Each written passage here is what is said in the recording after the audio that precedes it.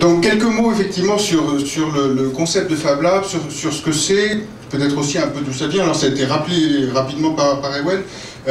Il faut avoir une petite idée de l'histoire. Donc Gershenfeld, c'est un chercheur du MIT qui travaille depuis longtemps. En fait, plutôt d'abord son champ de recherche, c'est l'avenir de l'ordinateur, de ce que c'est que l'ordinateur et en fait sa dissolution dans l'environnement, mais qui, au milieu des années 90, crée un cours au MIT qui s'appelle « Comment fabriquer à peu près n'importe quoi » « How to make almost anything », c'est ça son cours, et qui se fait doter par la National Science Foundation de toute une série de machines à commande numérique qui, effectivement, à partir de la construction d'un fichier qui est effectivement la première incarnation d'à peu près tous les objets industriels, c'est une représentation 3D, un modèle 3D de l'objet, peut être capable de commander différentes machines qui coupent, trouent, assemblent, etc., pour arriver à fabriquer cet objet.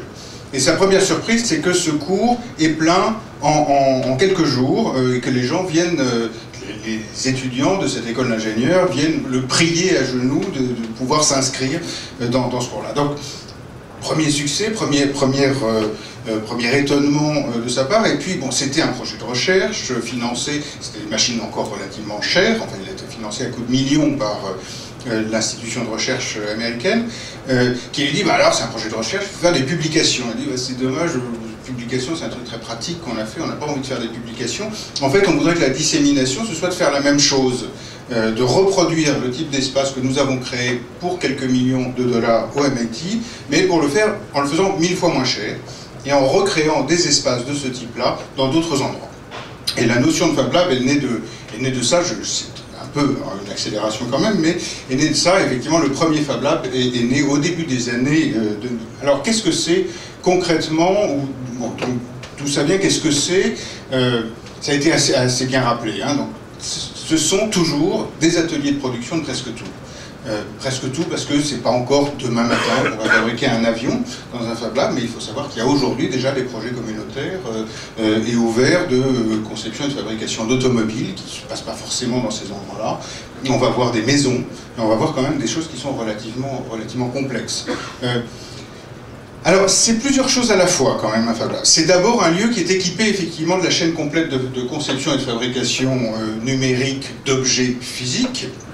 Donc vous avez des logiciels, et puis vous avez des machines commandées par ces logiciels qui vont faire tout ce qu'on leur demande.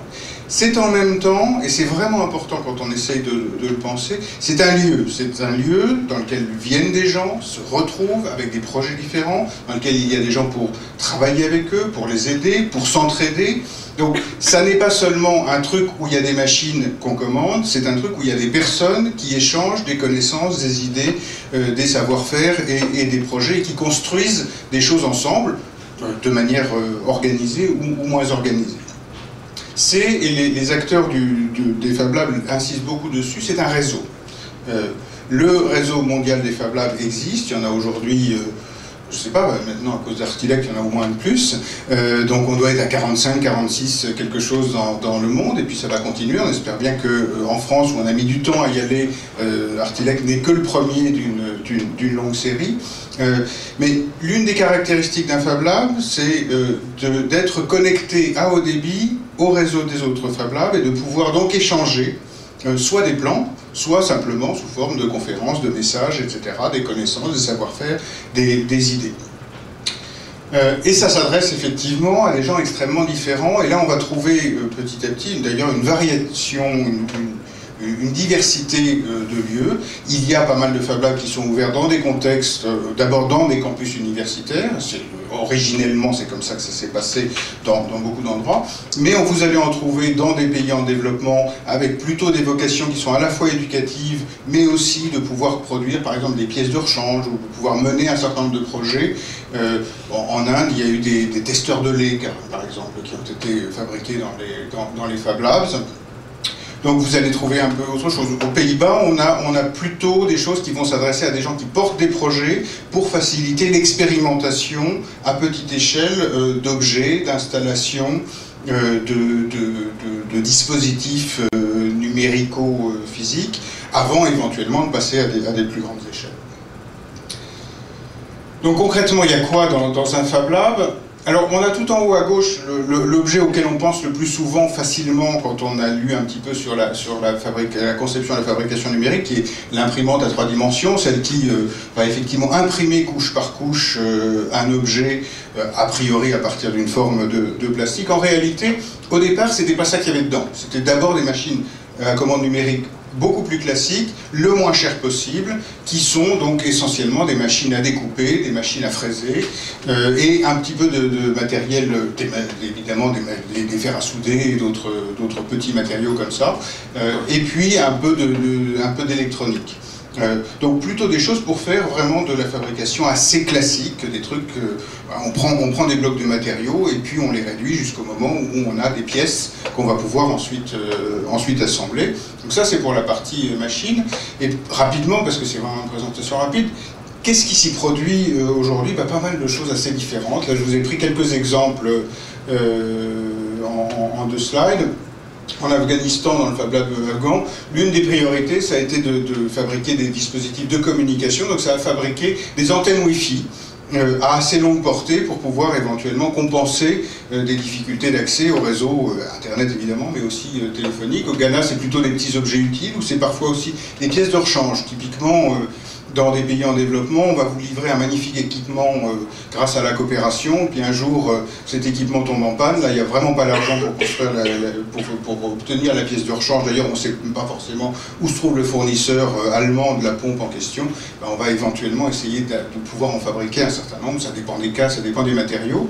À Barcelone, on est plutôt dans l'école d'architecture, donc ça va produire des meubles, des maquettes, et peut-être des choses un peu plus importantes. Et puis on trouve évidemment, c'est aussi un endroit où on explore la fabrication et la conception numérique, et donc on va aussi y construire un certain nombre d'autres machines, et l'un des résultats de ces années de construction de Fab Lab, c'est qu'aujourd'hui, on a de plus en plus de kits pour fabriquer des machines à commande numérique qui elles-mêmes sont capables de fabriquer des objets derrière, mais ça on va en reparler tout à l'heure. Alors ça, on reste encore un petit peu dans le bricolage. Ce qui est intéressant, c'est que on est en train petit à petit de sortir de choses qui ont un côté preuve de concept, amusant, bricolage, formation, vers des projets qui sont beaucoup plus ambitieux. Il y a toute une série de projets, par exemple, autour des prothèses. Une prothèse, c'est quelque chose d'abominablement cher. C'est évidemment quelque chose qu'on n'a en même temps pas envie tout à fait d'improviser, mais il y a un mouvement mondial et un travail mondial qui s'appuie entre autres sur les Fab Labs autour des prothèses, de la fabrication de prothèses ouvertes.